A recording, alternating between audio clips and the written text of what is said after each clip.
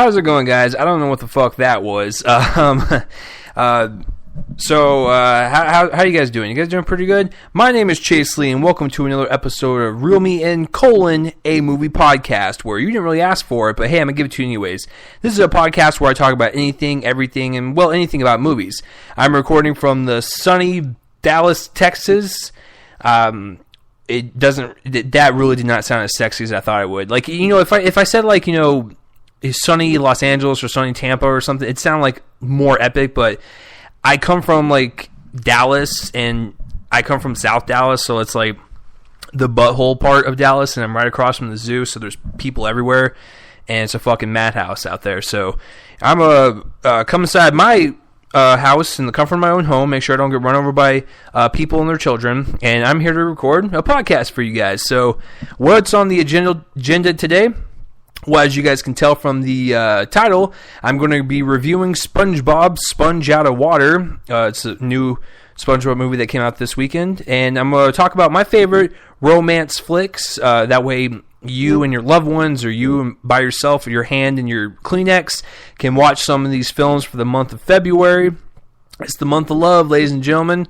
So let's get some of that done. And then, of course, I'm going to go over some news and some trailers that dropped this week. So let's not waste any time. The first piece of news I want to talk about is that Felicity Jones is going to be in a Star Wars spinoff. I don't know if I said anything about this on the past podcast or two podcasts ago, but Felicity Jones, Rooney Mara, and the chick from Orphan Black or whatever, they were in the running to be in a Star Wars spinoff film, take the lead role and whatnot. We found out that Felicity Jones is going to take that mantle, and I'm okay with that. I like Felicity Jones. I have not seen The Theory of Everything yet, and I definitely will before the Oscars. I will probably see it this week, but I hear she's amazing in it. I've seen the film Like Crazy with her and Anton Yelchin. She's very good in that. Like, and then I'm hearing good things from, like, True Story, the one with Jonah Hill and James Franco. So, I mean, with her being in a Star Wars spinoff, I'm okay with that. Like, everything, that seems like a perfect choice to me. I don't have any problems with that. Like, she's a very diverse actress from what I've seen and from all the trailers I've seen and stuff. Yeah, I don't know. I need to get up on and I need to get on that. Like, I need to watch some more films of hers. But she's a rising talent, and that's what Star Wars is doing. They're finding kind of unknown actors and actresses to kind of take these roles, so you can kind of go in there and not have any distractions in terms of, like, oh shit, there's Brad Pitt playing Emperor Palpatine. That would be fucking weird. All right, so the next piece of news is that do you guys even care about this one? They're making a live action version of Astro Boy. Now, I did not see the animated one that came out, oh my god, like 6 years ago, and I've never seen, like, the series or, like, anything on Astro Boy. I don't know, like, them making a live action version, I don't think it will bode well in the States. It might do well in Japan, but as far as, like, here, I highly doubt it's going to do, like, very well. So hey guys, I just report the news and I give you, like, what I think. I've never seen anything on Astro Boy, but if there's any Astro Boy fans out there, you're welcome. The next piece of news is that the Magic Mike XXL poster came out. This poster's awesome. I've never seen the first Magic Mike, but I will eventually. It is done by a very credible filmmaker, Steven Soderbergh. Traffic, Side Effects. Like, the guy's an amazing director, and he's got a very, like, clean, distinct eye for cinematography and just acting and story. So I'll see Magic Mike eventually, but as far as the poster goes for the sequel, it's cool. It's Channing Tatum, like, kind of, like, throwing his crotch at us, at the audience, and it says coming, July, whatever, on his crotch, so, coming. So, I mean, like, it's a pretty clever poster, I'm not going to lie. So, yeah, it's just Channing Tatum thrusting his junk at us in 3D. Not in 3D, but I'm sure many women would claim to be, it should be in 3D. But, yeah, a poster that says coming on a crotch. Welcome to America. All right. The next piece of news is the next film from Nicholas Winding Refn. This is the guy behind Only God Forgives and Drive. I love Drive. Drive is one of the best movies of 2011, and I just adore that movie to death. I liked Only God Forgives, and like the more I thought about it, I kind of liked it a little bit more, but it still didn't have that like Drive flavor. It was very out there and very, very odd, even for Refn. So, you know, anytime he makes a movie, I'm interested. This one sounds interesting. It's called Neon Demon, and basically it's Refn's kind of take on a horror film, and it's gonna, I think it's about vampires, something like that. But they casted some people in it: Elle Fanning, Keanu Reeves, and Christina Hendricks.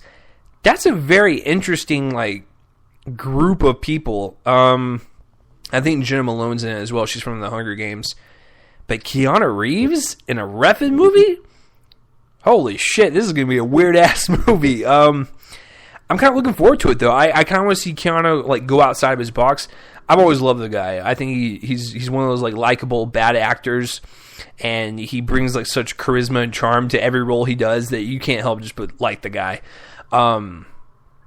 And so him being in a Refn movie is very interesting, but I'm curious because Refn's a good director. A lot of people think he's pretentious garbage and he likes to masturbate to his own work. If he does, so be it.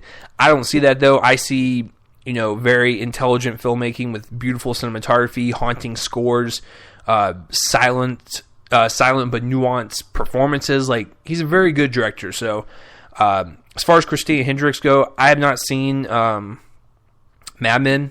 I know. It's on my list, though. Elle Fanning's good. I liked her in Super 8. And Jenna Malone, I liked her in The Hunger Games. So I'm actually looking forward to this. It might be one of my most anticipated for 2015. So, yeah, I can't wait for that. All right, so that's all for the news this week, guys. All right, so let's talk about the trailers that came out, because there was a lot of them. So let's run down this list. First off, Paul Blart shit Mall Cop Dose. Why? Why? That's Happy Madison. Listen, Adam Sandler, buddy. If you are like in a warehouse somewhere and someone's like threatening you, and they're just like, "I'm gonna kill you," like you can pick two ways to die. You can either set your balls on fire and then just kind of like let them bleed outside your scrotum, or you can listen to Real Me and Colin Movie Podcast. If you chose this option, listen, I love you. I still do. I like your old 90s comedies, and I love you in Punch Drunk Love. But when you produce crap like Paul Blart and a sequel to Paul Blart, it makes me lose faith in humanity just a little bit less every single time, and it kind of makes me like kind of cry inside, like my soul is like weeping, and it just really hates what it's hearing. Why? I realized the first one made a shit ton of money, which is, I just answered my question. That's why I'm making a second one. But when you watch the trailer to Paul Blart 2, the humor is so forced and so bad. Like, seriously, Kevin James is like a fucking porpoise, like just a naked walrus or whatever, just kind of like flopping on the ground, hitting glass, going, oops, that was clean glass. At the end of the trailer, he gets kicked by a horse into a car. That should fucking tell you how this movie's going to be. Now, I saw Spongebob on Friday, and Paul Blart was one of the trailers. The kids loved it. Like, there was kids in, like, the whole theater was full of kids, and I was sitting in the back, not wearing a trench coat, so the parents didn't really think of me as creepy, but it was still kind of creepy that I was there by myself in a room full of children. But yeah, like, they were laughing at that part, and I was like, oh, dear God, the humor in kids nowadays is just, it's declining, and it makes me sad. It makes me weep. So no, that trailer sucks. I will not see that movie. The next one I'm going to talk about is Poltergeist. This is the remake of the film back in the day. I forgot what decade. Was it the 70s or 80s? I forgot. But this one, it's basically a family. House is haunted. They're on an Indian burial ground. Like, you know, shit happens. Sam Rockwell's in it. Like, I love that dude. He is a fantastic actor. And I think him choosing this project is very interesting, because he's one of those actors that he doesn't do films like all the time. And so when he picks this one, it's like, okay, maybe he saw something in this.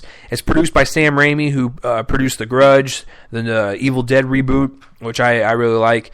The trailer looks pretty good. It looks like a standard horror film, and there was a couple creative jump scares. Because here's the thing. Jump scares fucking suck in movies. Like, they're lazy.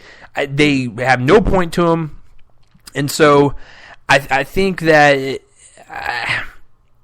you got to make them creative. And I think with the camera angles and the way everything's lit in that house and some of the cinematography, I was actually really digging it. And so I will definitely see Poltergeist when it comes out. I think it was June, I believe. Correct me if I'm wrong below, but I'm pretty sure I'm wrong. But it looks kind of creepy. It looks kind of fun. I love Sam Rockwell, so bring it on. I will see that one.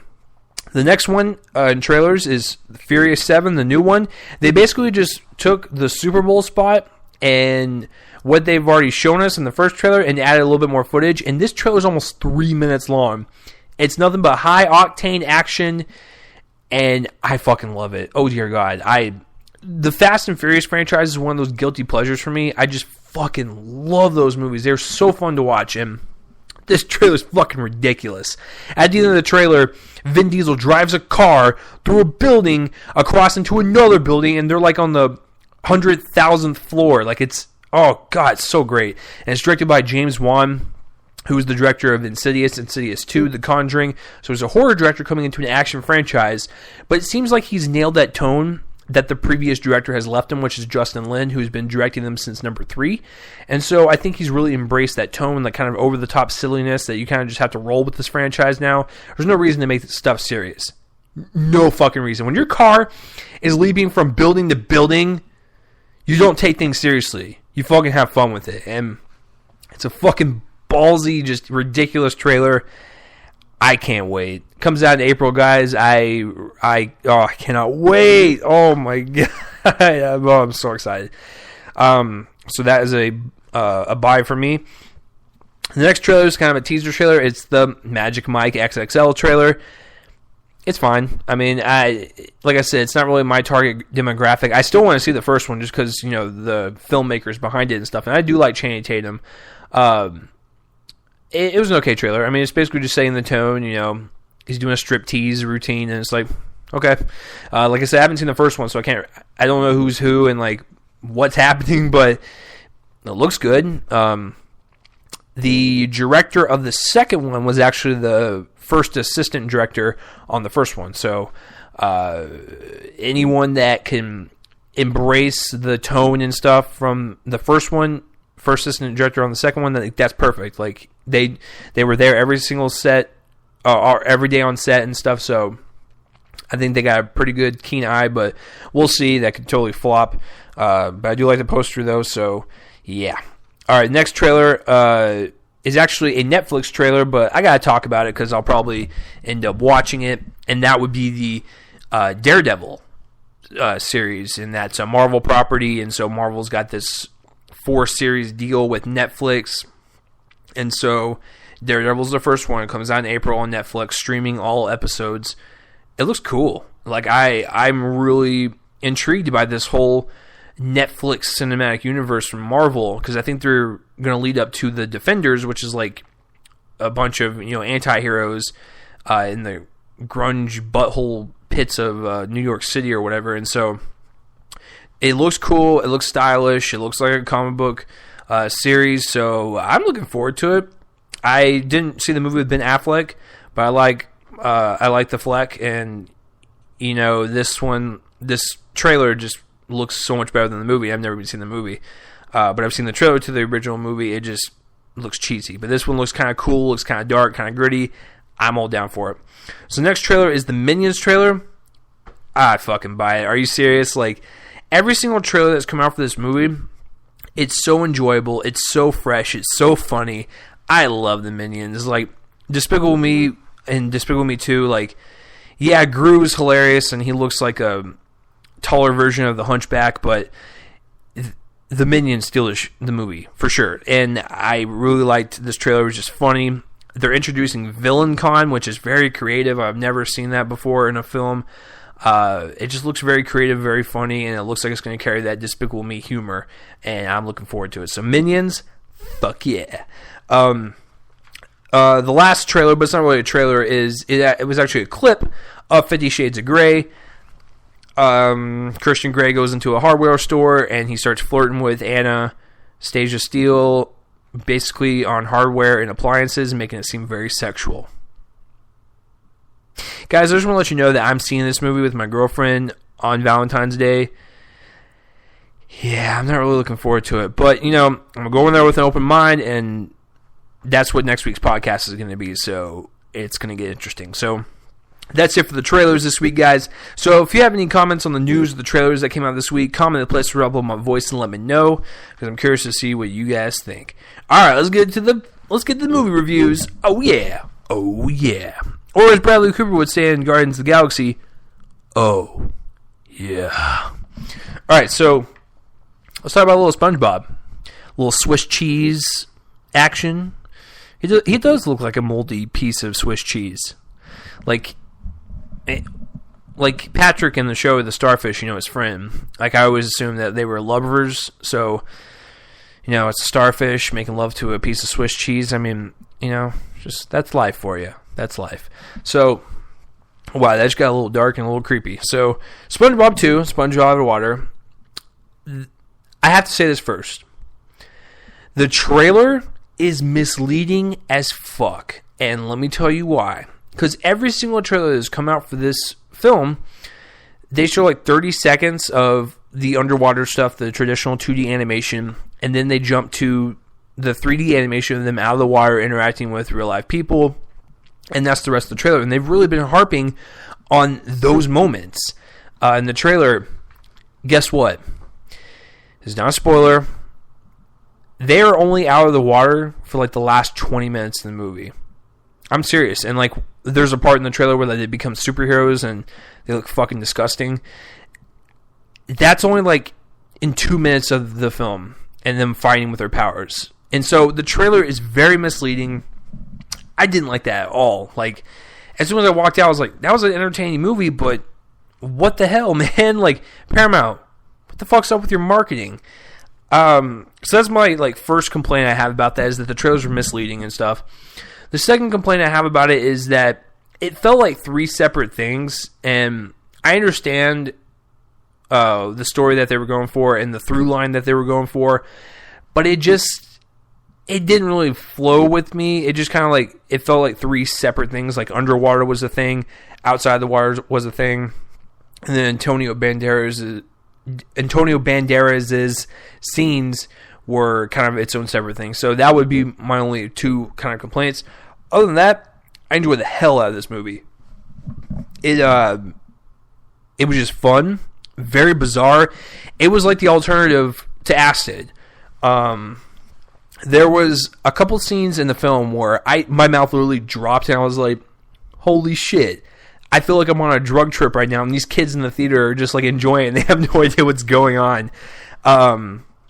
So it's very bizarre, just like the series, and the humor is just kind of sporadic and very ADHD, and I liked it. Like, the thing is with the second film versus the first film, I didn't really like the first film. I thought it was like Paramount's version of just like cash grabbing and just like, make a movie quick and just throw some random humor in there. It didn't really work. The reason why this one worked so well is that the creator and the writers of like the first 2 seasons of SpongeBob came and wrote the new movie, and it really showed. It felt like old SpongeBob. And it's really sad that most of the kids in that theater that I was with were not even alive when SpongeBob first debuted. I was 9 years old when it came out in 1999. I still remember watching it for the first time. Bubble Stand was the very first one, and it just, it was so bizarre. It was like the alternative to like Ren and Stimpy and Rocko's Modern Life and stuff. It was just so random and so unique in its humor. Like, it was just funny because of how ridiculous it was, and you like the characters, they're all likable and stuff, and yeah, I just remember watching it when I was a kid, and it kind of blew me away. I was like, this is going to be my new favorite show for about 3.5 years, and then they kind of jumped the shark and made it pretty generic, but the movie overall has that same bizarre, kind of trippy tone to it, and I really dug it. The movie kind of focuses on SpongeBob and Plankton's relationship, and they kind of go through this movie and their journeys together and stuff, and all the other characters there, but it's mainly their movie, and I thought for the most part the story was cool. It was just, like I said, it was a little disjointed with the whole 3 separate things. I love the humor in it. The animation's still crisp, it's still clean. I mean, there's really nothing much more to say. Like, it's not like the greatest movie in the world, but it's a very entertaining movie. I think your kids will love it. I'm 25, and I walked in there by myself, sat down, and everything was fine. Don't worry, the cops were not called on me. I sat in the back. It was really funny. I actually walked into the theater, and there was like a 2-seater, like in the back, like separated from everything else. It wasn't even connected to any other row. And I was like, oh, perfect, I'll just sit here. Actually, that probably made it more creepy, so I apologize, parents or children that were in that theater with me. It's a very fun time. It's entertaining. It's just bizarre. It's like very trippy in some scenes, but that's what I really liked about it. And I understood some of the adult humor. I was like, hey, I snuck some shit in there. All right.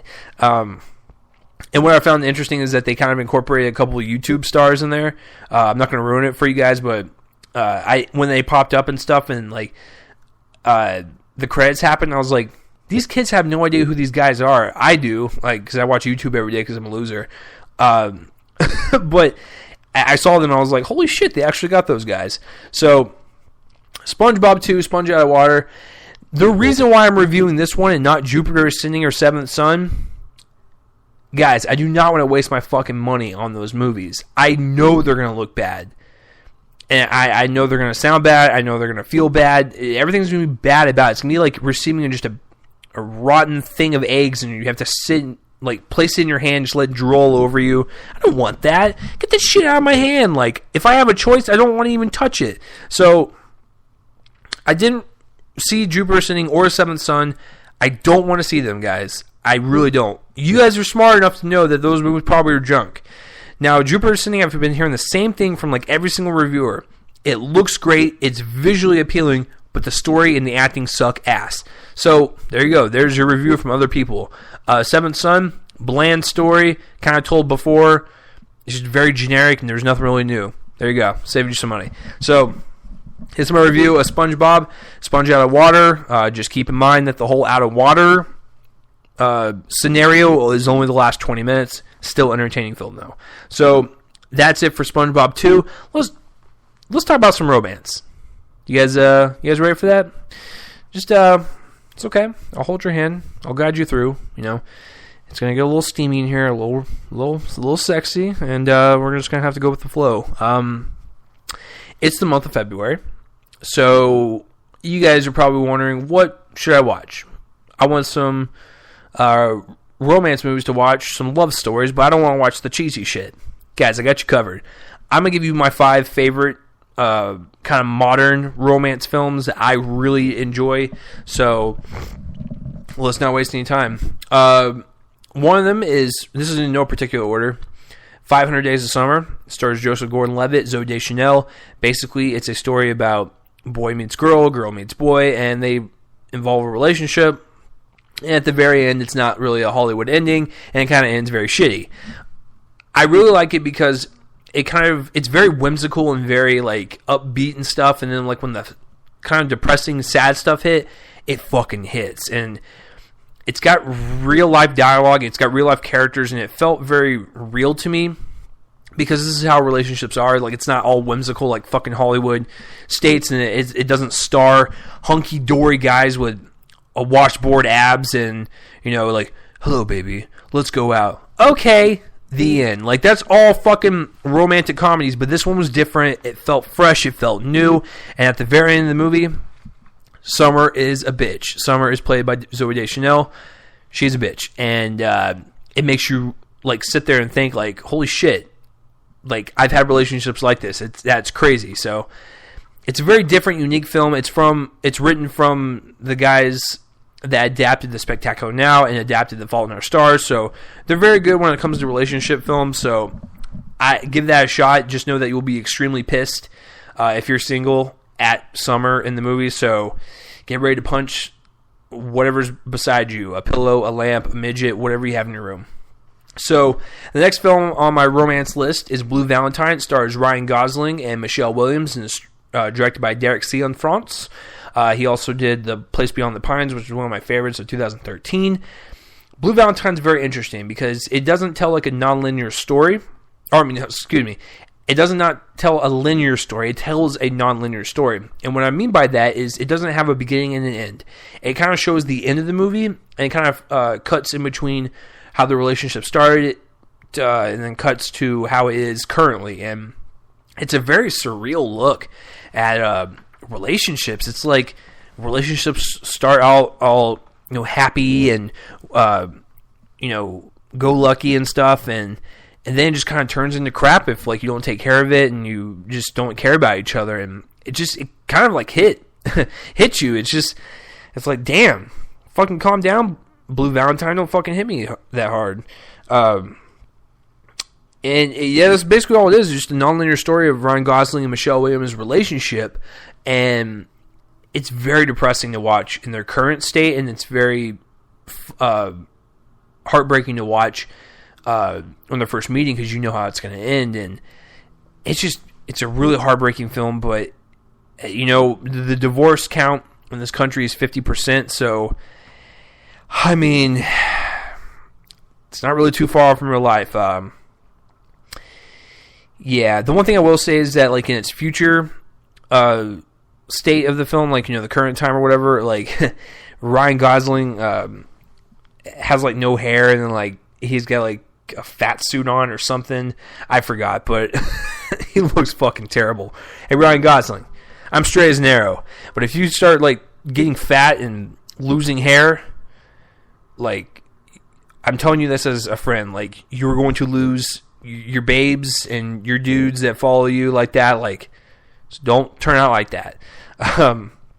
So Blue Valentine's a very good romance flick. I don't know if you should watch any of these movies I'm suggesting to like your lover, your pillow, your wife, your girlfriend, whatever. Same for the girls, like your boyfriend, your husband, whatever. It just, I don't know. All these films are depressing. I'm not depressed. I really enjoy these films because they're very authentic and they feel like real life and they're not Hollywood bullshit. So the next film is Her, and this is the one that came out in 2013, at the end of 2013 into 2014, and it stars Joaquin Phoenix and the voice of Scarlett Johansson. Basically, Joaquin Phoenix plays a guy who falls in love with his OS, played by Scarlett Johansson. I lost there for a second, but he kind of falls in love with her after a breakup from his girlfriend, and like they develop a friendship. Then he develops a romantic relationship, and it's really, really heartbreaking because you know that deep down he cannot be with her, but he has a strong bond with her, and he really wants to be with her, and like she kind of teaches him to love again. It's a really beautiful film, and it's shot really well. It's directed by Spike Jonze, who was the fat, saggy grandma in the Jackass movies. He also did Being John Malkovich and Where the Wild Things Are. Joaquin Phoenix kills it. He's an amazing actor. Watch The Master if you want to watch like a tour de force in acting from this guy. He's a crazy motherfucker, but he's so good. It's kind of reminiscent of today's times because he falls in love with his phone essentially, and most in this world you can develop a friendship or relationship with your phone, with your OS or whatever, and it's kind of like alarming that like this happens now. Like in Japan, they're doing some weird ass shit where they're creating like full grown female robots that you can plow and have sex with and get your sperm all over their face and have to clean it up, and I wouldn't know. So it's very kind of like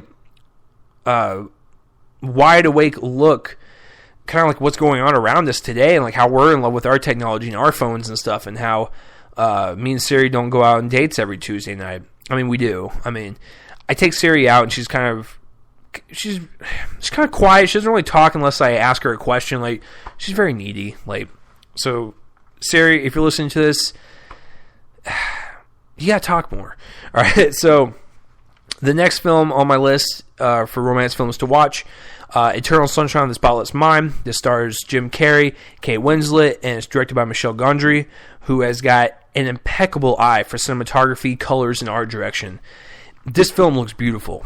Essentially, Jim Carrey used to go out with Kate Winslet's character, and he wants to forget about her after their breakup, so he hires these people to actually put him under and have him go to sleep and have his memories of her erased inside of his brain. And what strikes you the most about this is that when you're in a relationship and you have that breakup, you want to forget about everything because it's so heartbreaking to kind of remember this person after you just had a relationship with them and you have broken up with them.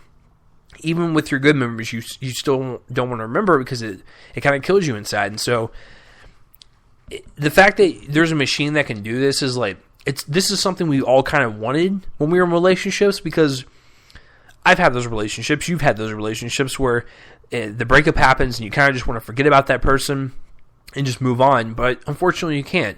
And so this movie is just, it's also kind of surreal because we're inside of Jim Carrey's mind and we're seeing his memories literally being stripped away from him and being erased forever. And it's really sad, guys. Like, you see the trend I'm doing? I'm picking all sad, depressing movies. You know why? Because those are the best ones. So it's a very beautiful looking movie. I love the score to it. I love the characters, and it's very depressing to watch Jim Carrey's memories kind of go away from him. And there's one scene where he goes to find Kate Winslet in his head and like kind of grabs her by the hand. He starts running down this hallway and you see everything kind of disappear as they're running. It's just, now I'm tearing up, guys. It's fucking terrible. So Eternal Sunshine of the Spotless Mind, it's my favorite Jim Carrey performance besides Man on the Moon. Very good romance movie, very depressing, but I enjoy it. My next film, and my last film to suggest for romance films, is that it's a three movie thing, but I count it as one story because it feels like one long movie, and that would be Before Sunrise, Before Sunset, and Before Midnight. Now, if you've been listening to this podcast for an amount of time, I fucking love these movies. Like, seriously. These movies are literally the best portrayal of a romance between a man and a woman that we've had in modern times so far. Hands down. Before Sunrise, Ethan Hawke's character and Julie Delpy's character, they meet on a train and they talk all night. They get on the train and go away. The second one picks up 9 years later. They meet up in Europe. They talk. Literally the whole movie. The third one, they have kids. They're not married, but they talk. They talk and they talk and they talk. And they work out their relationship and they get to know each other. And we feel like as an audience member that we're seeing kind of like this relationship unfold before our eyes. And it's like real life. And that's the one thing I like about it. It's so natural and it's just so engaging. Even though they're talking 99% of the time, you are kind of glued into these characters because they're so likable and you want them to succeed in their relationship. It's so good, guys. And it's written and directed by Richard Linklater, who has done Boyhood from this year. Like, Before Sunrise came out in 95, Before Sunset came out in 2004, and Before Midnight came out in 2013. Ethan Hawke and Julie Delpy have committed for 18 years. Like, holy shit, that's crazy. They've literally done it every single 9 years, and I really hope they do a fourth one, but as for now, I will take the trilogy as it is. The end of Before Midnight is kind of uplifting, but kind of sad at the same time. You kind of don't know which way to lean. So, it's just a fantastic romance film, guys. That one you could probably watch with your loved ones and probably not feel as depressed or guilty afterwards for showing them, because it's just displaying a real life couple. Not real life couple, but you know what I mean. But like, so yeah, guys, if you're in the mood for some romance movies, if you're by yourself and you got some lotion and some Kleenex, it's still okay. These are still good films to watch, especially if you're into film and you kind of want to like broaden your horizons. These are the 5 to do it. So we have 500 Days of Summer, Zooey Deschanel and Joseph Gordon-Levitt. We have Blue Valentine, Ryan Gosling, Her, Joaquin Phoenix and Scarlett Johansson, Eternal Sunshine of the Spotless Mind, Jim Carrey and Kate Winslet, and the Before trilogy, which is all 3 films with Ethan Hawke and directed by Richard Linklater, also starring Julie Delpy. So that will do it, guys, for the main portion of this podcast. My review of SpongeBob 2, and I feel like an idiot because I didn't really rate it. I'll do 7 out of 10 for SpongeBob 2. It's an enjoyable, entertaining flick, like I said. Your kids will like it. It's just some of the story elements I didn't really care for. Them jumping so like that into the 3 different animations. And then, of course, the trailer was kind of misleading. So I forgot to tell you guys that. Sorry. 7 out of 10 for SpongeBob 2. Apparently someone's fucking honking their horn. Hey, asshole! I'm doing a fucking podcast. Calm your shit. Okay. Anyways, after that, actually looking out the window, yeah, everyone's left from the zoo. Thank God. All right, so let's go over the box office results for the weekend, and then we'll close this sucker out. So this has been an interesting weekend. The movies that we had coming out this weekend: SpongeBob 2, Jupiter Ascending, and The Seventh Son. So what came in at number 5? Paddington with $5.3 million. It's up to 57 domestic, and worldwide it's got a $208 million total. I don't know what the budget is because it's unlisted, but 208 is pretty good. I hope the budget's not more than reasonable for it. So, yeah, like I said, I can't really comment since I don't fucking know. All right, so Seventh Son came in at number 4 with $7 million, and worldwide it's got what the fuck, guys? This is the first time I've seen this. Worldwide it's got 90. It made $83 million overseas. What? Oh dear God! Like, this movie actually might make its money back. I didn't see it, can't comment on it, but it just does not look good. Wow, and its budget's unlisted too, so I can't really tell you. Number 3, Jupiter Ascending with $19 million. 19 million domestic. Worldwide, it made $51 million for the weekend. Its budget, $176 million. Holy shit. It needs to make $342 million, I believe, to break even. Wow. This is the first time I've seen these numbers, so I'm just stunned. I'm trying to compute everything. Wow. I think the Wachowskis are done. Wow. Yeah, I think this was the nail in their coffin. Jupiter Ascending is written and directed by the Wachowskis, previously known as the Wachowski brothers. They did the first 3 Matrix movies. They did Speed Racer, Cloud Atlas, and now this movie. Let's just say the Matrix films were their most profitable, and let's say their 3 movies after that were not. My voice is cracked. So, wow, I think they're done. Okay, so Matrix 1 is like the most highly regarded movie, critical and box office wise.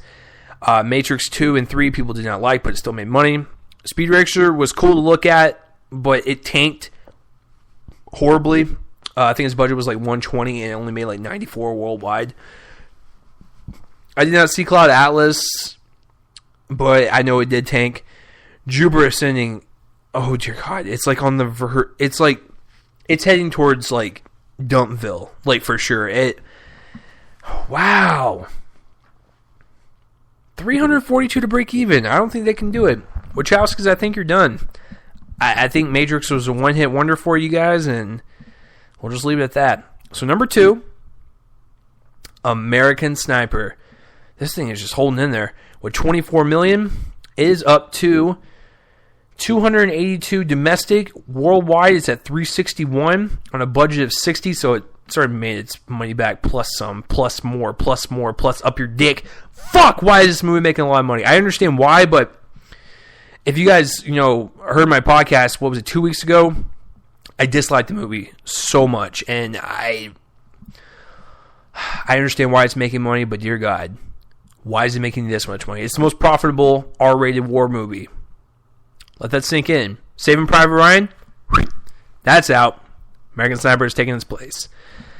I'm losing my voice. I just want to scream so hard at American Sniper right now. Just choke it.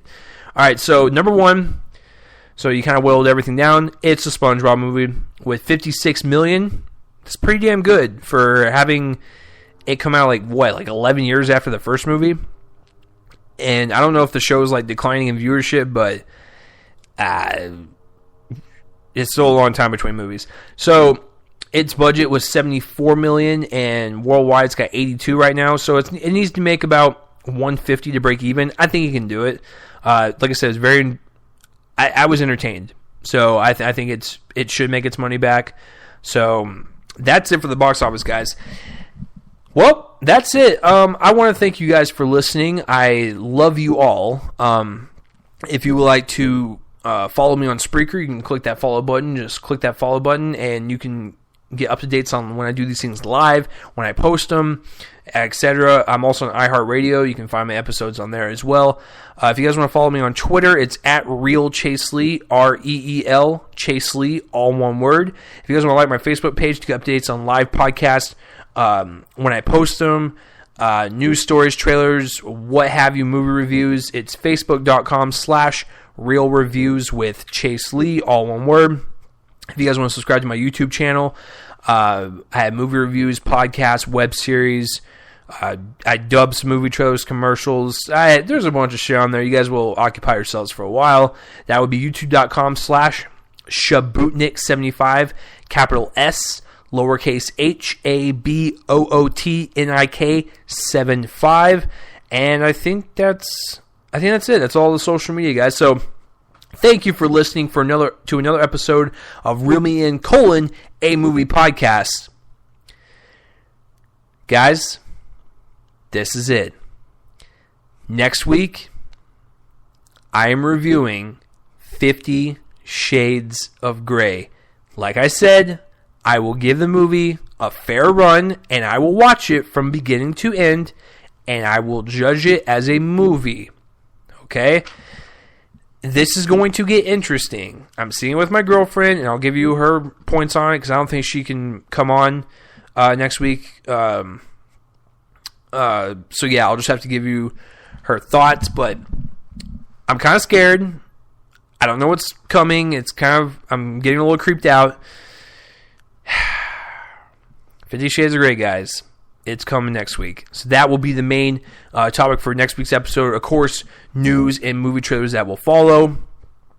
Anything else coming out next week?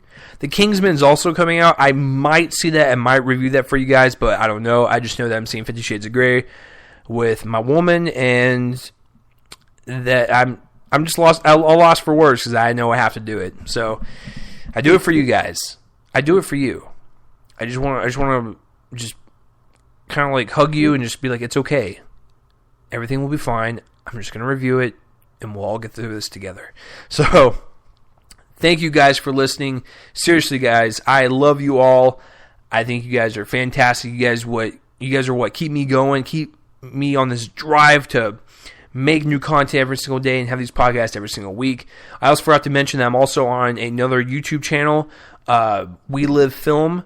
If you look that channel up, I also do a segment on there. It's doing pretty well, so you guys can find me anywhere, and like that, it's also fueling my creation over there. So I love you guys. I will see you next week for 50 Shades of Grey. 50 Shades of Grey.